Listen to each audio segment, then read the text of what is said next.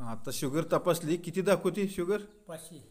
500. तुम्हाला इन्शुलिन चालू आहे का दादा? हां. किती दिवसापासून इन्शुलिन चालू आहे?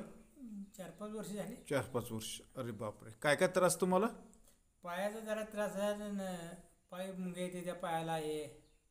चक्कर मारते का? नाही चक्कर मारणार पायाला मुंगे बधीर झाली पाय. पाय बधीर व्हायला लागले. बरं बरं, ठीक आहे. आता दादांची शुगर, केशवदादांची शुगर तपासलेली आहे.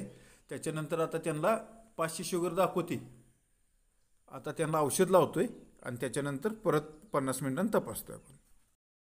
दादा, मगाशी साखर किती होती? 500. त्याच्यानंतर तुम्हाला काय औषध खायला प्यायला दिलं का? हाताला लावायला दिलं. हाताला लावायला दिलं. किती मिनिट चोळला? 9 मिनिटं 9 मिनिटं चोळलं. 9-10 मिनिट चोळला. त्याच्यानंतर किती मिनिटांनी तपासलो आपण? 50 मिनिटे. 50 मिनिटांनी तपासलो. 40 मिनिटांनी तपासलो. 50 मिनिटांनी तपासलो. बरोबर आहे. आता किती साखर आहे? 436. म्हणजे किती कमी झाली? 64 पॉईंटनं कमी झाले. बरोबर आहे.